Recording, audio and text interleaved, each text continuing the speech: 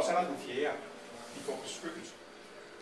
De får simpelthen beskyttelse, fordi der er ikke så mange andre hajer, der vil angribe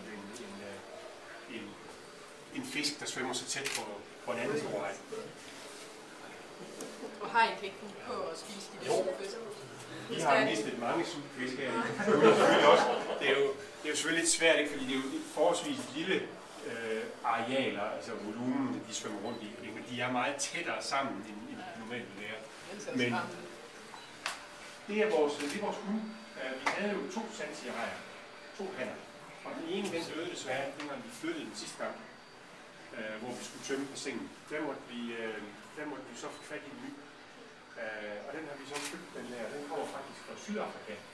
Det er også derfor, at I kan se, at der er lidt forskel på den. Den er mørkere og har lidt pletter. Den er lys og har ingen pletter.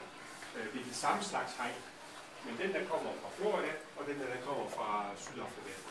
Hvis man får en haj for eksempel fra en sandtigerhaj fra Australien, så ser den mere ud som den der med pletter på, end de der mere lyse amerikanske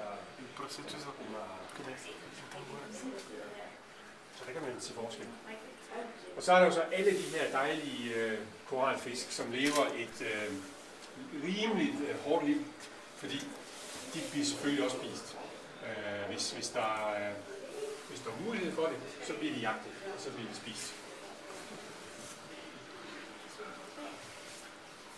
Men det er et dejligt sted at stå. Det kan jeg godt lide.